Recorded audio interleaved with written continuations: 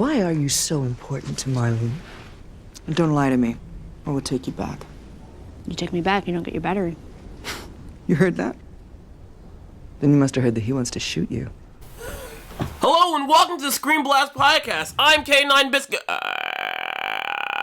I got the fun guy. Here with me is my other fun guy, infected host. Brian from At Democracy, of course, and Blackjack from These Nuts. From nothing. He doesn't actually. If These Nuts is like a big like YouTube channel or corporation, he's not actually a part of it. Aren't you sponsored by GoDaddy.com? I wish. We're all infected because we're all dead inside. All right, so Last of Us, the two last two furious of Tokyo Drift. Get this off this topic.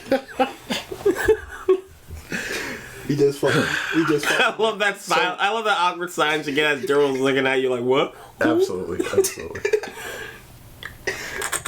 Great fucking show. Yes. So far, by the way, only one episode. HBO wants to trickle this out. I appreciate that. I understand. Great from what we've seen so far. What history have you played The Last of Us 1? I have not. I haven't played any of The Last of Us. Last of Us 1 or 2. I watched Maja play 2. I have not. I still have my PS3 copy. I think I played like the first hour or 40 minutes of it, but I watched all of it through a Let's Play back when it came out. Okay. All right. So I know the whole story and all the spoilers or whatnot. So like I said, we haven't played most. You haven't played most of it. I haven't played any of it. So I'm going into it more as a fan. Do you know the story, the general story of it? Knowing the general story, and more going into it like it's just a fresh HBO series. All right. Did you spoil the entire story for yourself? I know everything about it. I don't know the ebbs and flows of what really happens all the way down. Watching The Last of Us 2, as Maj was playing it, gives me some idea of where the characters are left off and what sort of happens. She knows everything in The Last of Us 1. She knows everything from 1 going into 2. Obviously 2 is very controversial. I'm not a fan, but they're not going into that point yet. This is all based around the first game. And I'm sure that this is going to take 2 seasons, probably. They're probably going to take a long time to sort of ease this in. Okay, so I mentioned you before. So far, this is very, very. The story beats to this first episode, as it should be. It's very similar to the first game, which is good. They did their homework. It's a really well movie adaptation of the beginning parts of the first game. Right. And this first episode is a movie because it's an hour and 30. Is it? Yeah, it's an hour and 20. It's exactly an hour and 28 minutes. So that's a movie. That's how long this first episode is? Yeah. It blows by. It does. Yeah. That's probably how. Meanwhile, the first episode of Velma feels so long. That's crazy. Yeah. The first episode of Velma feels so long. This is a good cleanser because I'm pretty sure if Velma was the only thing coming out this month, they would have had a lot of people canceling their HBO Max subscriptions. Yeah, absolutely. Well, they're solidified to help people keep them. 100%. Yeah. I would have closed my HBO Max subscription out of protest for that fucking terrible show. That's hilarious. I mean, because it is funny how opposite those two are. Yeah. This is a very good adaptation, and again, we talked about over Messenger, the sort of we talked about this over the phone, not Messenger, but the director and creator, by the way, of this show is someone that has worked on a show that's just as dark, if not darker, and that's the Chernobyl series. And he even mentions that in the title. Absolutely. And did you ever get a chance to watch that first episode of Chernobyl? No, I did not. All I'll say is don't wait. What? It's a very. Well, I'm sorry, Daryl. You just whispered don't. You gotta explain. Yeah, I gotta know. Don't. No, I said it was dark. It was dark. Yeah, that's the thing. Chernobyl is an incredibly dark show that handles. It is.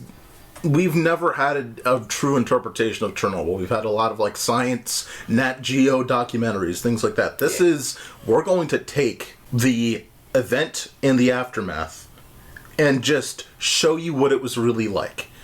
And the music is dark, and the moments are dark, and there's tension because you know that it's real.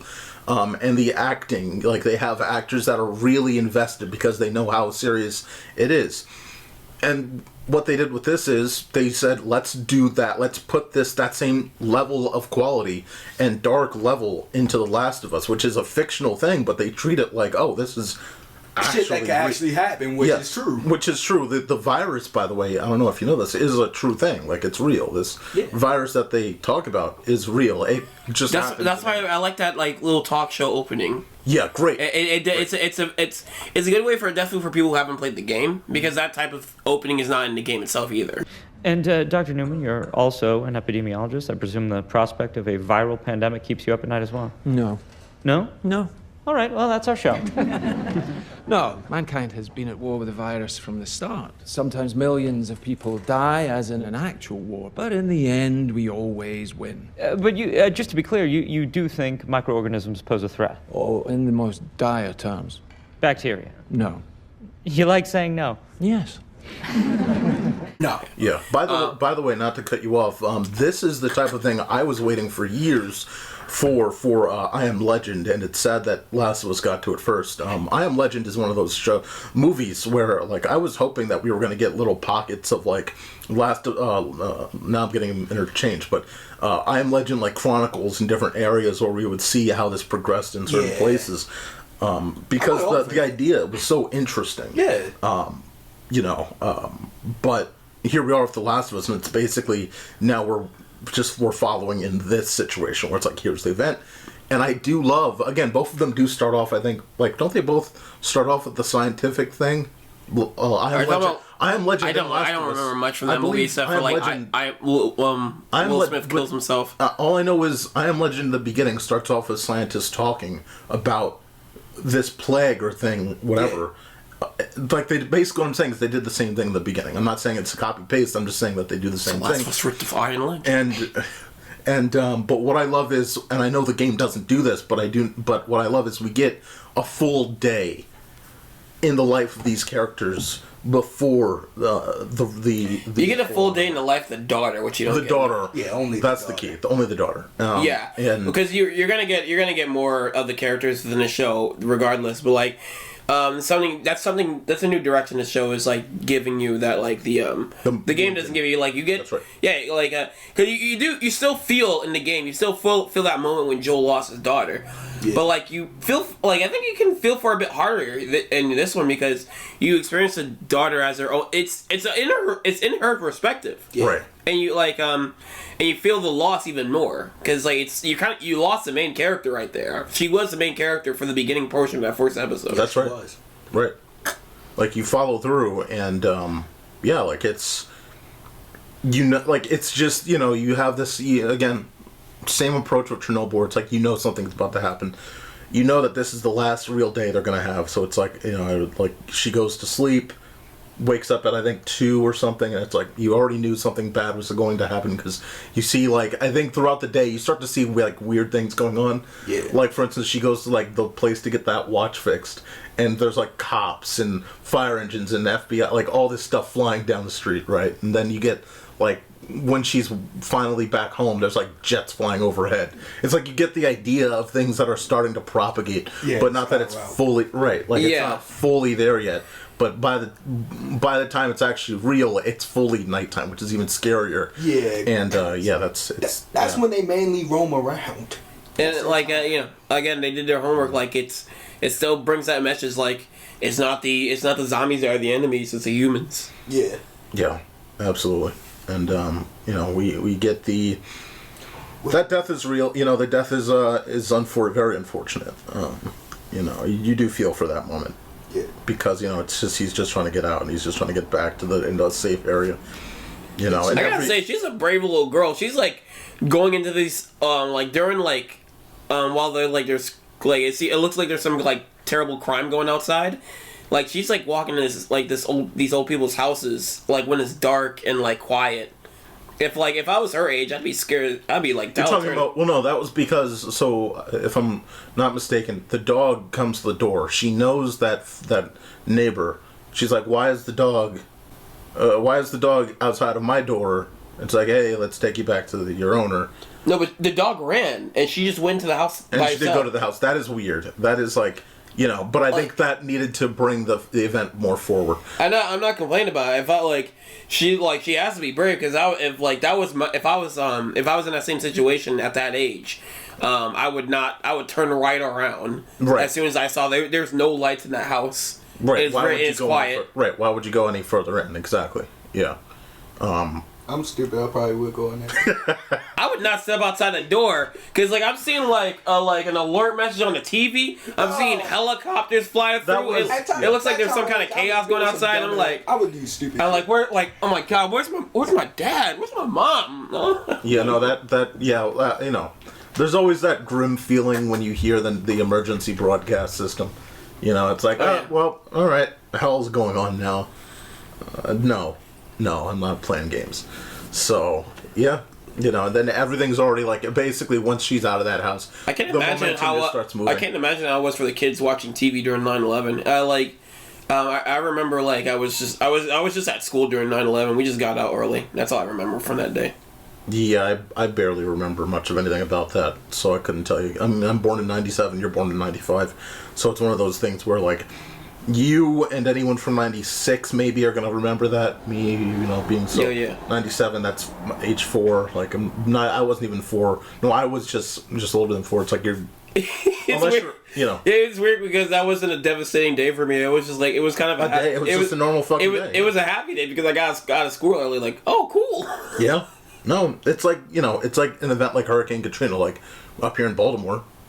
It wasn't a thing because it wasn't here. It was there. And by the way, this world has to be fucked because this happened. This is like 2003. So 9/11 just happened like late 2001. 2001, and like 2002 was all panic, and then this virus goes down in 2003. Goddamn. Yeah. No. So what I do love also is So was it?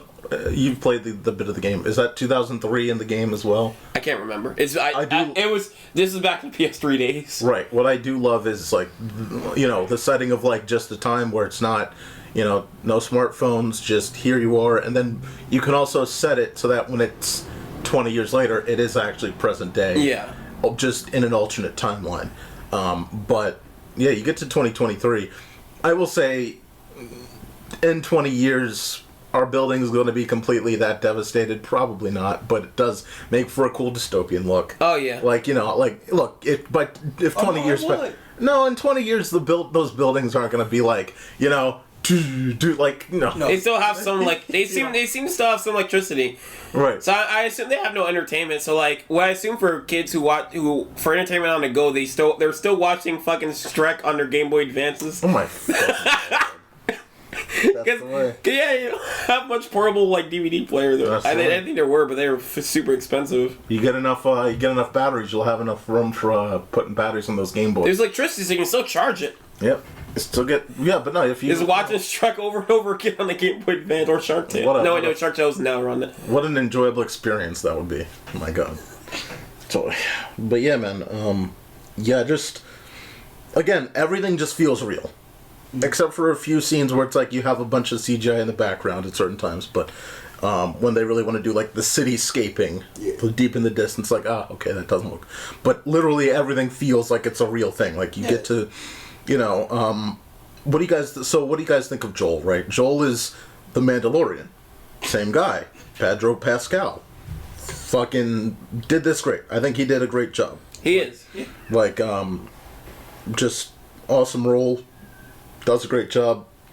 I've got nothing bad to say about him. I've got nothing bad to say about the environments. I had issues for a second with Ellie because through the trailers it's like, you don't look like Ellie. You don't look like Ellie.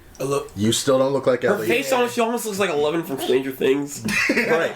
So it's like, you look like that, not like Ellie. But it's like, I can wrap around and start and just... If I treat this like an HBO show and not like the game, then that's where it's like much better to treat this like a show. I can take that. Personality-wise, she feels kind of like Ellie. Yeah, because you're not going to get let's make you more cockier. I'm gonna be on her visually. She looks a little bit older. She is the equivalent of Sonic from the movie before they changed Sonic. Oh God. To what we know as Sonic in the games versus like that's literally what she like if you know what I mean. It doesn't bother me. It doesn't bother me that much. It doesn't bother It's you. not. It's not as far off as the Sonic. Because like the acting of the not girl, that far off. the actor of the girl is fine. Yes, yes, okay. No, the acting's great.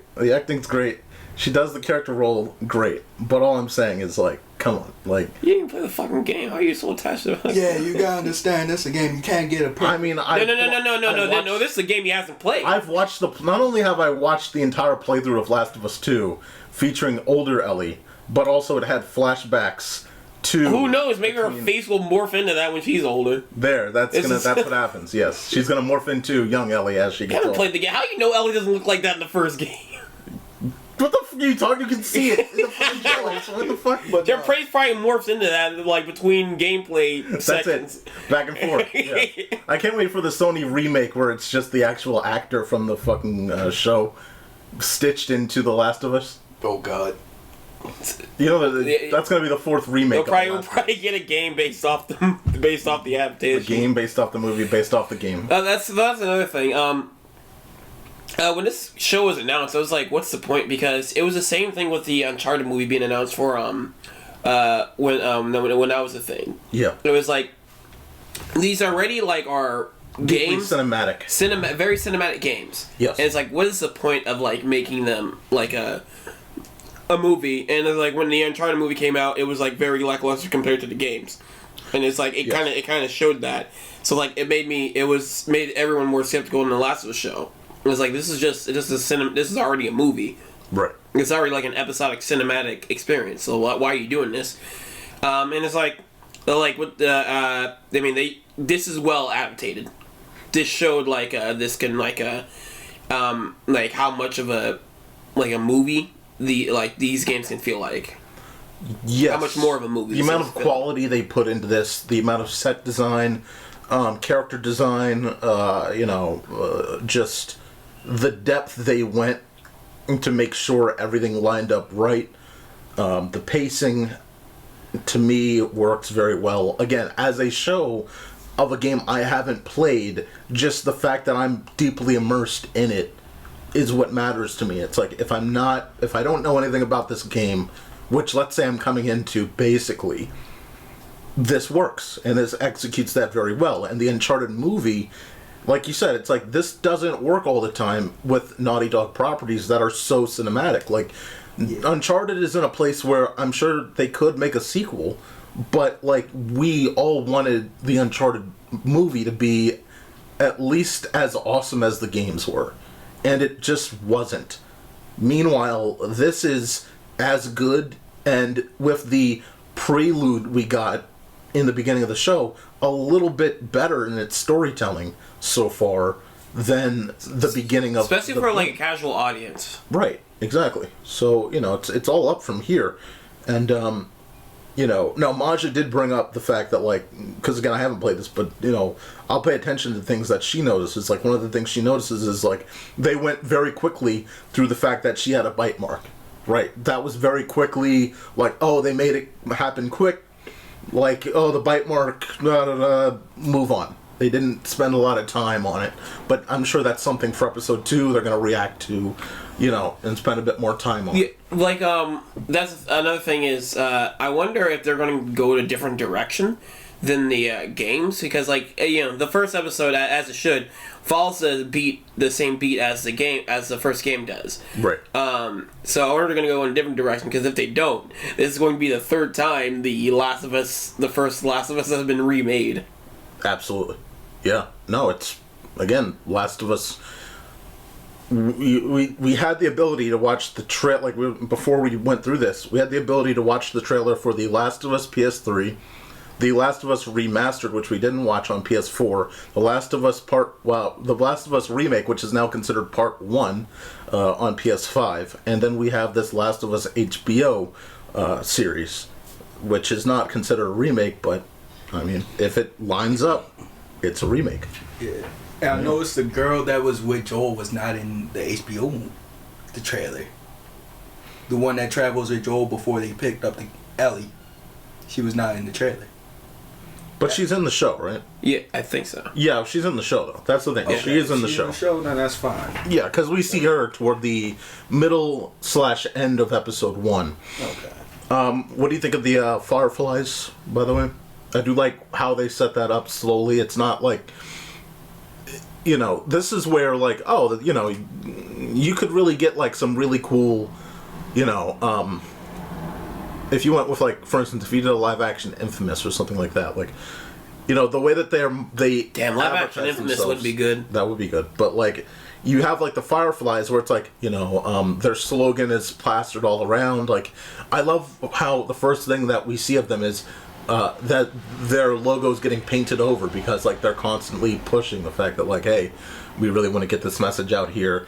But those that are in power are really against us. And I do think that they need to establish more as to why there's a rebellion of this, or why there's an antagonistic force. Man, this is the first episode there. No, I'm just saying, like, as we keep going. Like, Yeah. If there's one thing that I think they should do more than the game is I think they should tell us why, because as of right now, all we know is there's a safe area. They just left the safe area, and the safe area is kind of, like, iffy, but there's not a lot of, like, detail as to why the safe area is iffy. That's, you know, but that's all that the show needs to sort of build on. But there's an entire story they'll have time. Like, they could split the entire first game into 2 seasons if they wanted to, and just build into world lore even more. They're gonna spend obviously time into that DLC section that we get with Ellie and her girlfriend, right? So that's actually going to be in the first season, Yeah. which was an add-on piece to The Last of Us anyway. So if you did that, again, there's ways where this stretches for quite a bit instead of just rushing it into like 12 episodes or 13 episodes. You could really stretch this out to a season 2, keep it into the rest of Last of Us Part 1, I don't know if you guys have played The Last of Us Part 2, put some of those flashback scenes from Part 2 into the series so it's canonically tied in before going into all of the story of Part 2. Yeah. Though I wish they don't do a story of Part 2. Part 2 can go fuck itself, but, you know, that's just me. But yeah, I just think there's a lot of potential. I don't see any problems with this. And yeah, you know, so far we're getting 10 episodes of this. 10 episodes. I'm not sure if it's like a season 1 thing or it's like the whole thing, the whole shebang. But like we're getting 10 episodes of this. I wonder if we're gonna go into Part 2 later on. If they're going to go in their own direction. I would prefer if they're going their own direction because, again, we had Last of Us 1 remade twice. So yeah, and the games are so cinematic already that, you know, you have this experience. And this is already good, so I trust it to go into its own direction and it'll out of interest. Absolutely. Now, I will say the creator of this show only has done things that are real things, and then this is literally something that's already a story that's been written.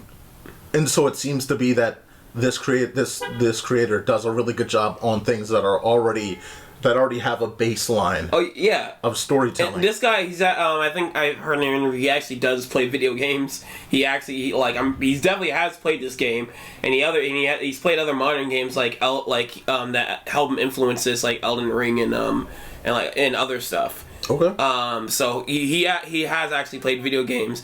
The reason I bring this up because another game adaptation that did terrible was the freaking Halo show, and the writers of that show admitted purposefully. I think they just didn't play the games at all. They didn't play the games. Yeah. They admit in the interview they didn't play. They're going for their own thing and they did not play the games. Which is like, yeah.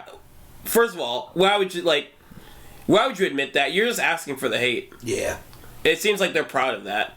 It seems like Microsoft was proud of that for some reason. I don't understand this idea. You know, and this is the same thing in the MCU. There's a lot of creators and creative teams in the shows where it's like they haven't learned about the source material from the comic basis. They haven't learned from the games how to write these characters. They're just brought in to write a story that has nothing to do with what the original purpose or basis of these characters were to begin with. It doesn't follow the And that's books. weird. It doesn't follow the games. A big thing about the games is like Master Chief does not take off his helmet. You never see his face, and like, it's not even like it's not even up before episode 2 where you like Master Chief. He just gets naked. He just gets full naked. Now you just take the helmet off. You see his ass. You see everything. It's incredible. That's just an incredible choice, you know. Like, how stupid do you have to be? Like, there's one consistent through line. And you do it anyway. That's just nuts. If you're going to make a game adaptation show, you gotta play the game. Gotta Know what the fuck you doing. At least look it up. God's sakes. But it's like, that's got to be from a higher up, though. It's not even... Like, for instance, right? Like, there was... Like, no, it has to... Yes, because, like... I watched another reviewer, but he also, like, goes and he'll go on cruise ships, for instance, and he'll do a deep dive into cruise ships. He spends a lot of time on this. This is a tangent, but you'll get what I'm saying in a sec. So, he goes on the Disney Wish, which is the newest cruise ship from the Disney line, and he said this is the worst Disney cruise ship that he's ever been on, because they made it all about experience instead of the fact that it's a cruise ship, and they really don't really understand how cruise ships work. And he showed later that there was an interview, and the person that designed the cruise ship has never been on a cruise ship. And this is Disney. And it's like, what is the purpose? What the fuck are we doing? Like, why are we getting people who don't know that don't know what they're doing? Right. And so I think the I know it's like this is a quick analogy. It was like it's like if I made you a cake, and it's like this tastes funny, and it's like what did you do to this? I never ate a cake before. I don't know what they taste like. I would have spazzed on you like no business. Why does this taste like piss? Oh, I would. Oh man. We be fighting that day. I swear to God. It's just nuts, man. I don't know the choice, but what I will say is, again, that's what makes Last of Us such a good show so far. Is again, it respects it, and it adds in a positive way. There's nothing negative to say about this. There's only upward mobility from here. There's only optimism from here. I have no negative views, and I'm very interested to see what we see by the end of this series. I love the journey. I love the journey with the daughter. The unfortunate death. Again, the entire scene of when we're in the truck and we're in the backseat with her, like that's a great constant shot where we're going through the neighborhood, make a right, and it follows the game's track, by the way, just about. Yeah, it does. And but I think the planes weren't a thing, were they? I don't think, because I saw some back and forth. I saw some compare and contrast. I think the planes weren't a thing, but I do like how the planes were a thing because it makes sense. It's like, this is happening. Yes. There were probably no landing strips that were able to be used, and they're like, where the fuck do we go? And it's just, that's terrifying. You know, it's like, boom, let's add this. If this show continues at the quality of the first episode, this might be in my top, 10 or even top 5, zombie stuff. I need something smuggled out of the city. I reckon it's got something to do with that girl. It's got everything to do with that little girl.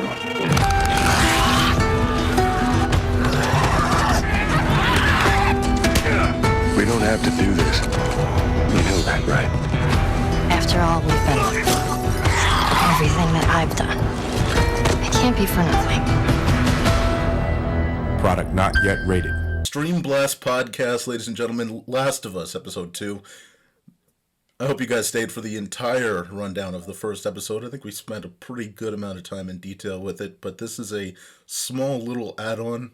I'm joined as always with J9 Biscuits. And we're doing something a little bit different today. This is a Discord distance podcast. We usually do it in person, but we're going to see how this technique works out. You know, maybe we'll get... Yeah, so you probably notice our mic quality is a bit better because we're recording individually. Yeah, that either is going to be the case or we're just going to have an awful inconsistent time of it. In fact, if I line this up into the editing bay correctly, what you're going to hear is Mark's talking right now as I'm talking. This is great.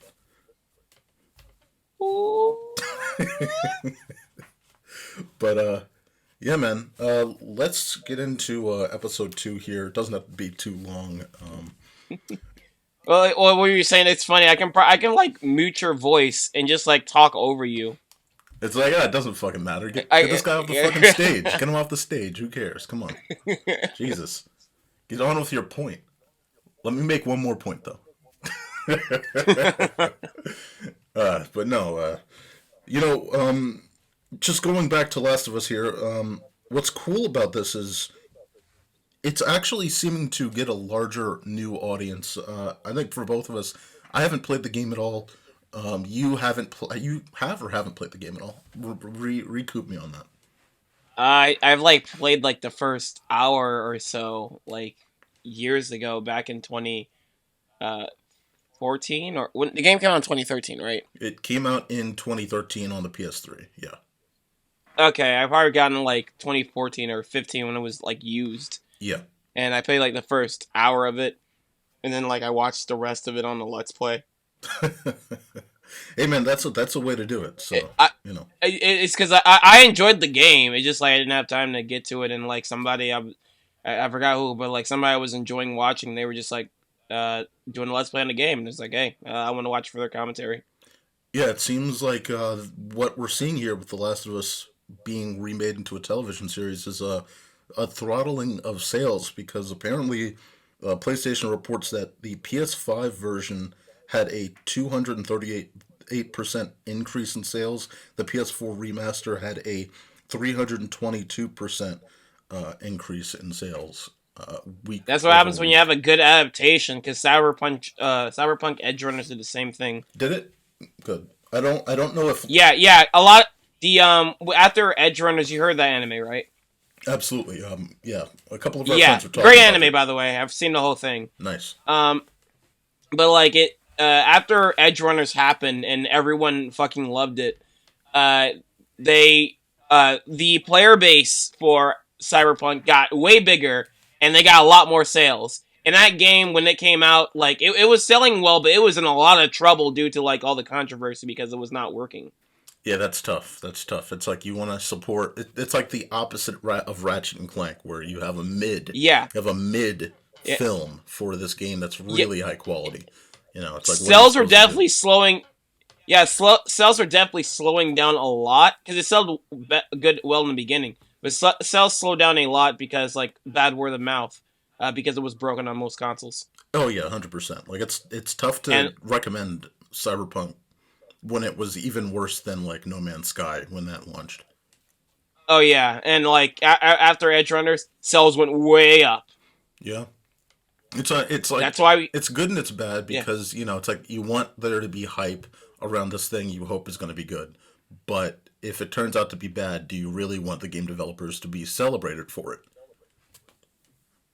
Yeah, that's why we need more good game adaptations. Like so far, the strategy is working. Like, with the Castlevania series, Konami started re-releasing Castlevania collections. I mean, Sonic's always releasing games. If we could get a boom, if we could get one on Boom, that'd be great. I mean, not Boom. I would like for the fuck Prime, Jesus. Oh yeah, I would like a new Mario 3D platform with the Mario movie. Yeah. I mean, Mark, you're not happy about the fact that it was all we got the Wii U port. Come on, that's enough. That was good though. But to be fair, that movie's just advertising the amusement park. That's all a movie exists for. Absolutely, yeah. But yeah, we've had so many different iterations, so many different adaptations, and it's like you see either it drives sales of games that are mid, or it makes games that are excellent just even better in terms of sales ranking. And this is obviously the same case here. We both ended up watching the second episode, which just premiered on Sunday. This will upload on Thursday, but it premiered on Sunday? I thought it was a Monday show. Monday or Sunday. At this point, I just saw it today. I think it's a Monday show. I think Velma has Saturdays. Velma has trash. They have trash day. You might as well call the day Velma releases trash day, because I'm still not watching any more of the show, but I hear like 3 and 4 don't get any better. Yeah, cool. That's all I need to hear. Like I'm rooting for the show not to get any better because I'm not watching any more of it. But like, I hope it gets worse so it gets more backlash. No, I it could go I it could I go will any be. direction. I just I won't don't lie. care. I'll be kind of disappointed if it gets better. If I'm hearing people like saying it gets better. I mean, you guys did that. I You want it guys to did that with fail. She-Hulk. You know, you were like, "Hey, wait, you gotta watch that last episode." I was like, "I'm not watching that last fucking episode." I don't care if it's like It was good. I don't care if all of the MCU rode on that last episode. Like, no. It kind of did. It kind of did. It was kind of funny though. I'm on the side of people who like She-Hulk. That's fair. That's fair. You know, it's a bad direction, but you know, it's fair. I still have not heard from a single person like on the who makes content on the internet that likes Velma. I'm sure there. So you know, I saw the first defense of it on, but comments are easy, right? Saying it on a comment section is easy, but that's the first time I've seen. This is turning into a Velma cast, but you know, it's on HBO Max, so it's relevant. yeah, like they made the mistake of putting these two out at the same time, but Velma, like, it was like people are just celebrating that it's like different, and it's like, well, this is a bold, unique take on Scooby. It's like, dude, there's a difference between being bold and trash. Like, come on. You know. All right, but on The Last of Us, we'll probably get back to Velma during the Scooby-Doo Courage the Cowardly Dog talk. Yes, indeed. Crossover month, ladies and gentlemen. Crossover month is coming in February. There is no way we cannot avoid not bringing it up. Yeah, it's kind of tough when there's one right? that's like so much better. Like, I don't know. That's like night and day. And they put so much investment behind Velma. Like, come on. I don't know. Anyway, Last of Us episode 2. There's a lot that goes on in this episode. You know, I'll start us off here. I love that this comes back. It does the flashback, and at least I don't know if this is going to happen every time, but each time we get a small snippet of the past. This time it's back in 2003. We're in a Middle Eastern country or Indian country, it looks like, and it's, you know, we're following this doctor. She's just eating. The military comes in. It's very tense. You know, this is a place that doesn't fuck around.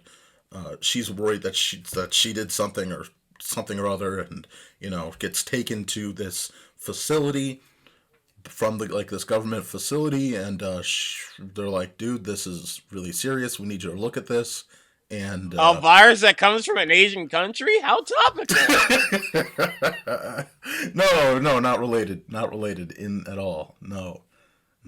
And you know, like, so she says, you know, it's like, well, this can't be from humans because this is the disease or virus that, you know, is only in ants. It's like it can't spread to humans. And you know, they're like, here, well, let me show you this shit then. And they show her the human, you know, and she's kind of like perplexed a little bit, but she doesn't really believe it all that much. I thought that was a dude at first. I thought so too. It was very ambiguous, but I mean, those nipples, like, you know, you can't not. But you know, huge nipples. That's all you can say about that one. But you know, she looks at the leg, and then she looks to get sort of a sample of the mouth, and then like that's when like this, you just see the stuff growing. It's like, oh shit. Like, oh fuck, and she got the fuck out of there like ASAP. She realized what's happening now, and that if it spread the human population, it's like she said, no vaccine. Basically, both of these are, you know, you get the beginning of episode 1 and the beginning of episode 2. They essentially do the same thing. One is a theoretical in a TV interview. This is a realistic like what actually happens. It's like, oh, there were a few people in a grain factory. They got infected. They've gotten killed. She got killed, the one on the table. Like, I thought that was dark, and I was worried that like this chick was gonna rise up and kill the doctor for a second until I saw that there was a headshot. You know? Yeah, like, this is good storytelling. I like I wonder if we're gonna get this like most of the episodes where we get the like a flashback of the start in the beginning, and then we move forward back into the story. Yeah, Yeah, and I don't need it to Like, be connected. You know what I mean? It doesn't need to be connected to the characters. Yeah, like I enjoy this version of non-linear storytelling, and we just watched another video game adaptation where it was very messy with its non-linear storytelling. Oi. Yeah, what a shit show, all over the place. We're talking about Sonic Prime, folks. Yeah. It's like, let's cut back to Shadow getting punching Sonic in the face in episode 2 after the... It's like, all right, we're not going to get into it. They keep cutting... I know, they just kept... No, well, it's... I'm not getting into it, but, like, the reason I'm making the comparison, because, like, Sonic Prime was, like... It was cutting back to earlier points that doesn't reflect on anything for the present. No, not at all. It was absolutely pointless. Yeah, it doesn't reveal any story detail, any extra story details for the present. No, that's the thing. Absolutely not. Like, there was no real need if you weren't going to put it in episode 1. So we cut into back to our trio. Joel, Ellie, and Tess, and this is what another good thing. Everyone was like, "Oh, this happened really quickly." It's like they show the bite and they didn't react. It's like perfect. First thing we see, they react. They're like, we don't like you. You're kind of like, you got a bite. Like, are you gonna turn? Like, what the fuck's going on? Like, a lot of hesitancy, and it makes sense. Like, they're in this area where they could already get killed, and then suddenly you find that the girl that you're traveling with has a bite mark, but mysteriously hasn't turned yet. At least, it makes sense. Yeah, I'll be iffy, but like I'll be iffy too. But like, it doesn't seem like they have much to lose. So it's like I can see where they're like whatever. If I did have something to lose, I would shoot her on the spot. Yeah, and that's why it's like, Joel is right on the border of like, yeah, we gotta fucking kill her. Yeah, we should probably kill her. Because it's like, look, like we have a chance to get back. Like they're not so far away that it's impossible. But it's like, I would have definitely shot her on the spot as soon as she started making that joke. She was acting like she was infected. She started like really stupid, but like, you're like, don't do that. Don't joke like that. We will kill you. Yeah, really stupid. But like, all right, you're. I guess it fits the age level, but like, dude, that was like, you hold on to that a little longer, like you get shot. If she was hanging out with us during the apocalypse, I would have killed her. Oh yeah, absolutely. Like you don't you don't joke like that. I can only take you seriously. Yeah, and you can't take anything like not seriously in this universe. So but they exit out, and we get this. Number one, we get a really good. So, okay, it does tie into the story a little bit. The precursor, the preface in the beginning does tie in because she mentions you should bomb the cities, right? And I don't think the game references this. Maybe they do. But, they're walking through the city and Ellie specifically says, oh, is this where they bombed? And we get a little bit of reason why Boston looks like this. Because the entire time I had no clue. It's like, why do these buildings look like they've been through worse? It was just a zombie apocalypse. It's not like the zombies were knocking over buildings. So that does make more sense for the universe. I am glad we get a little more definition for what's going on in this world.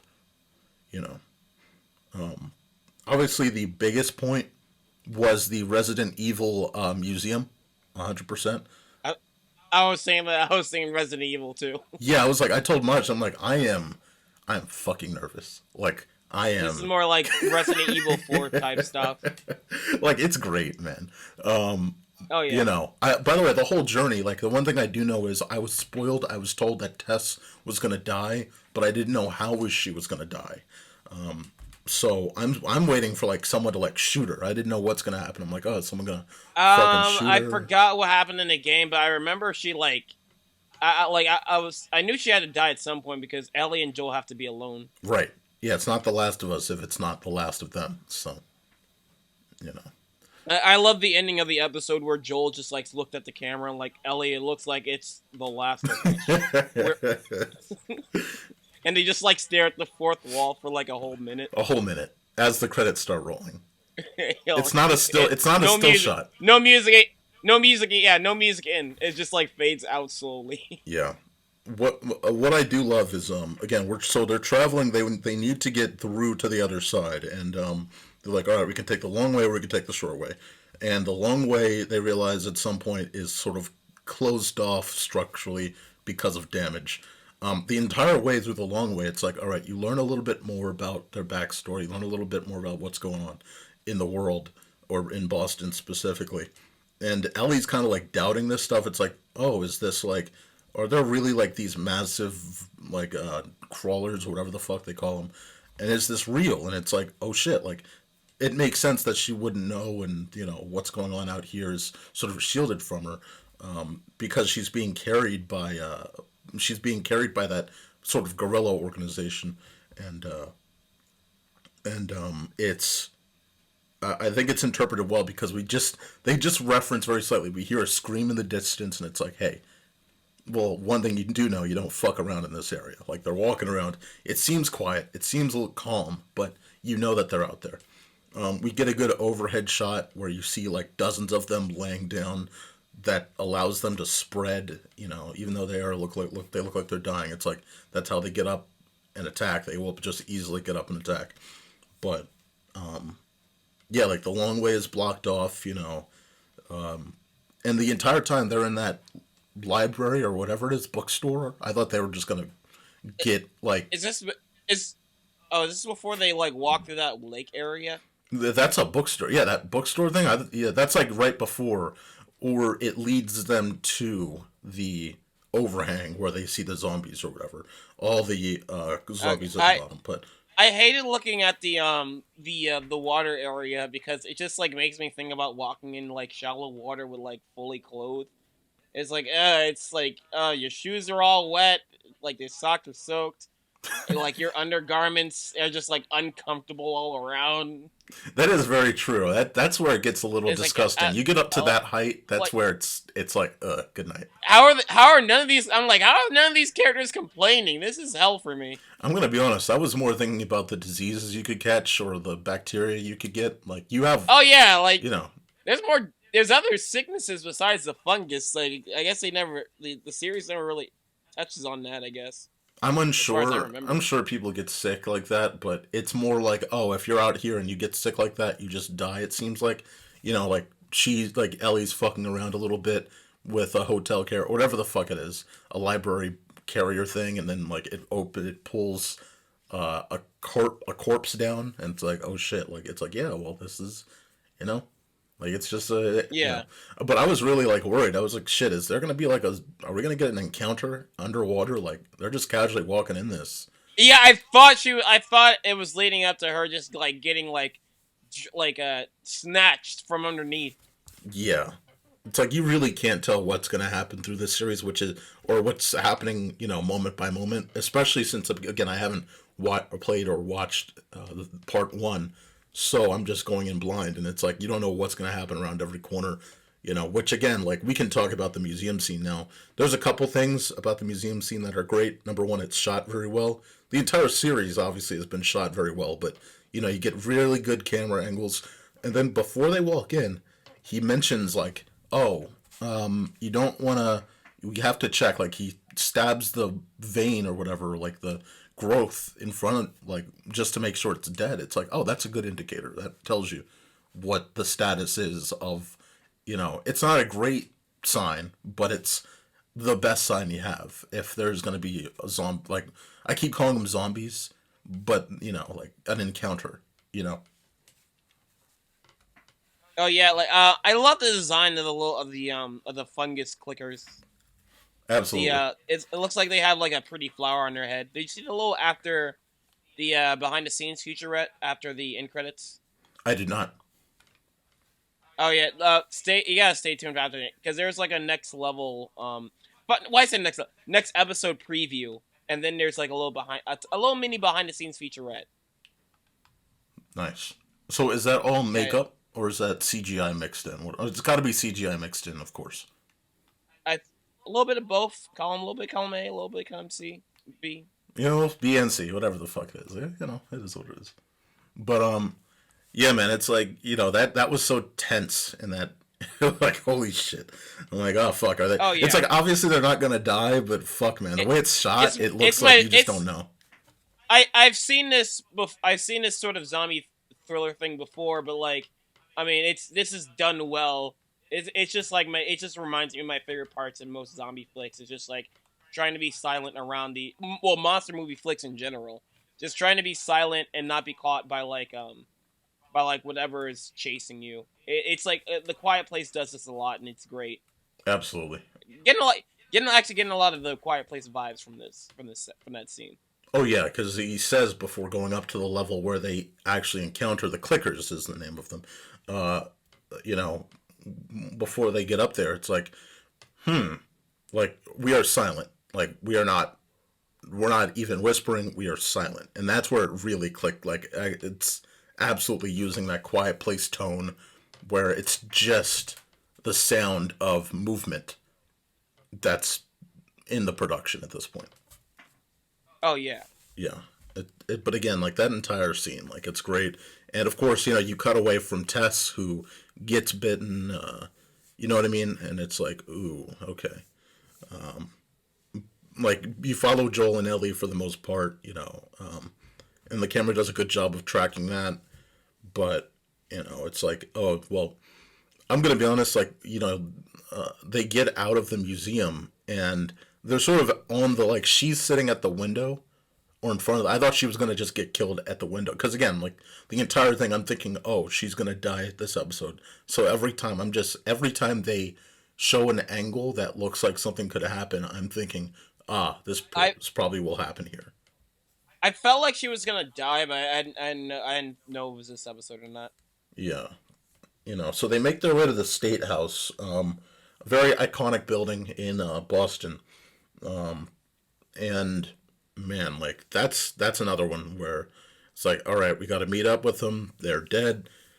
And, make a long story short, it's like find out, Ellie can tell that she's infected. She's become a little more aggressive, as the episode goes on, especially after they get out of the museum. And, I didn't notice that. Yeah, Maja noticed it instantly.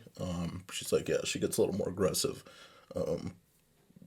Like, it's a very defining difference. Like, she's a little less aggressive before, but she goes all in. She's like, we have to do this. We have to, like, very, like, pressing. And, I thought it for, like, so what's funny is I was like, is she just gonna, like, not light the fucking gas on fire? Like, because it's like they run by, like a bunch of them run by. I'm like, oh shit, is she just not gonna like? Is this lighter like the worst lighter in all time? And she's just not gonna be able to light it. Imagine like traveling with one of our friends and they get aggressive, and they get aggressive like and they're bitten but they don't tell us they're bitten. Yeah. And they just start getting aggressive, like, oh, I can't walk anymore, my leg hurts. When they start swearing up a storm.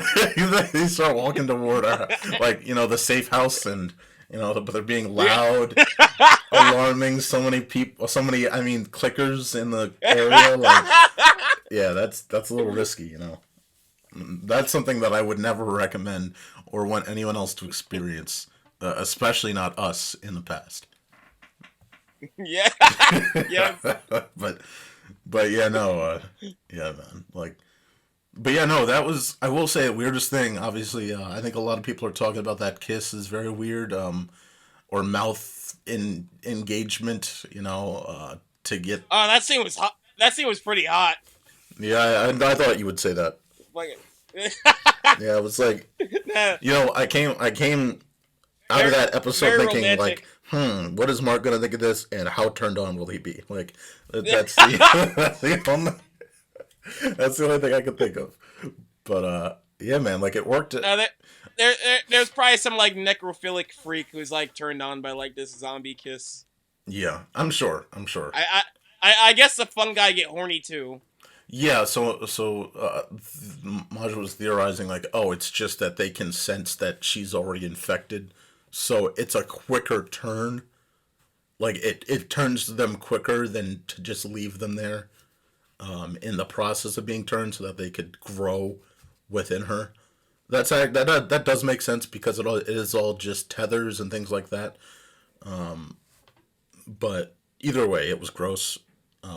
It'd be funny if the fun guy dude who kissed her was before he kissed her, he was making the moves. He was like, "What's cooking? What's cooking? What's cooking? Jesus Christ! You looking pretty hot." Yeah, she's lucky a bunch of them didn't come around. Now I just imagine there's got to be a subsection of porn that's just Last of Us, but not Joel and Ellie, of course. Like just clicker porn. The director's cut. Yes, yeah, the director's sausage cut. Yeah, yeah, man. I think this episode ends though at a place where you're just thinking, okay, now it's just Joel and Ellie, and the story really does progress. It's like we get all the information about where they're going before the explosion. It's like, all right, where are we going? We need to go to somewhere in the Midwest. That's where they have a safe area. They're working on a cure. She has something to do with the cure. Joel doesn't want to do it, but is now thrust into the position. And with there being no state house, sort of operatives to help them, it's on them to make that journey. So. I think this is what really slowed down the episode for me, which I really did not like, is like after the explosion, they start walking and like the episode just stops when it just like a prompt on screen says press the square button to pick up. I will say when it stopped, when the episode did end there, it did feel like the end of a cutscene at that point. Like, oh yeah, okay, it did. It was just, it wasn't as smooth of an ending as the first episode. It was more just like, all right, we're just gonna end it here. All right, pick up your things, kids. It's 2:50. It's time to leave school. Like, all right, that's it. That's all the time we have. Use the touchpad to check inventory. Yeah. So like that's what it seemed like. But again, this is it's. Now that we've seen so much about the episode, it's like, oh, now, or 2 episodes in, it's like, oh, you can sort of take advantage of the fact that, yeah, this is a very highly produced show. A lot of great angles. The CGI or the background shots of the city, like, it looks real. The set design looks real. You can really feel this place is a real place. It doesn't feel inaccurate. Oh, yeah. And the acting, by the way, is great. Yeah. That's another thing, so... From what I'm starting to hear, it's like I need to look up a cutscene compilation like before episode 3 happens. But from what I hear, this is like very close to the game, to where it's like almost too close in some parts. So like apparently some people are saying this is not an adaptation, but more of a translation.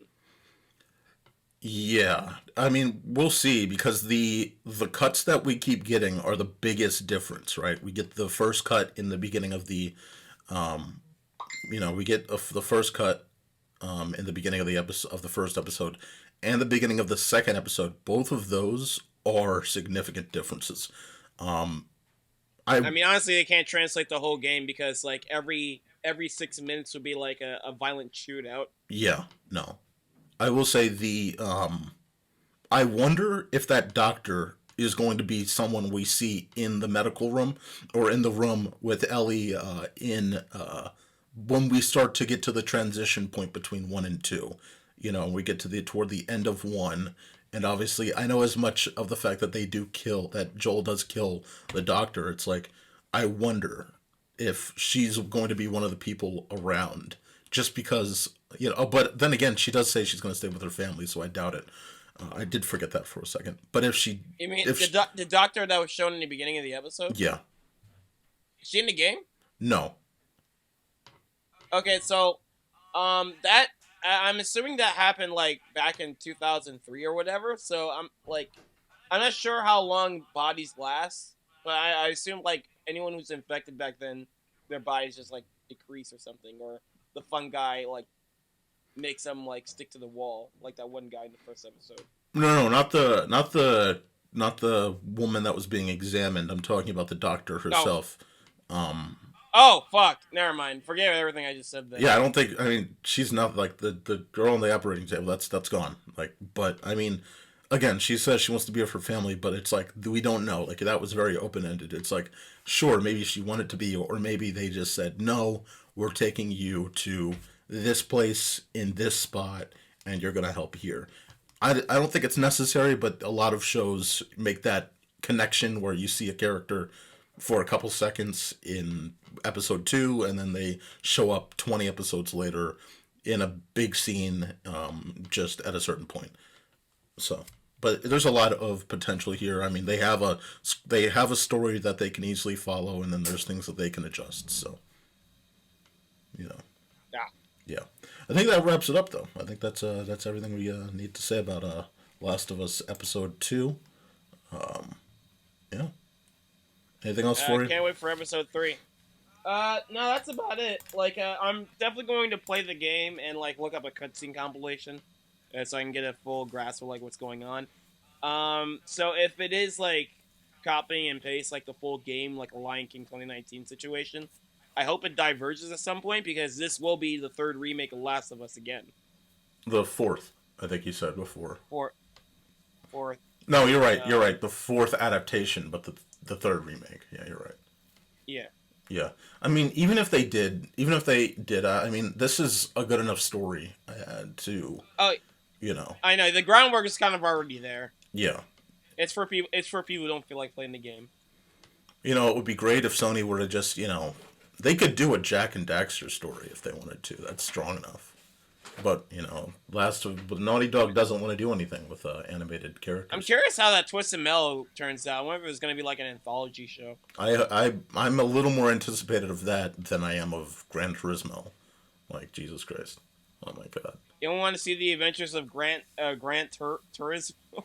So stupid. Like, the trailer even looks like it's going to be the most generic plot line. There's a trailer? There's a trailer, yeah. So, you can check that out. But our audience, we'll wrap this up. Thanks for listening, guys. I'm more excited for the Forza Motorsport movie. I'm sure that's coming. Microsoft pushed Halo, and I'm sure they're going to try everything.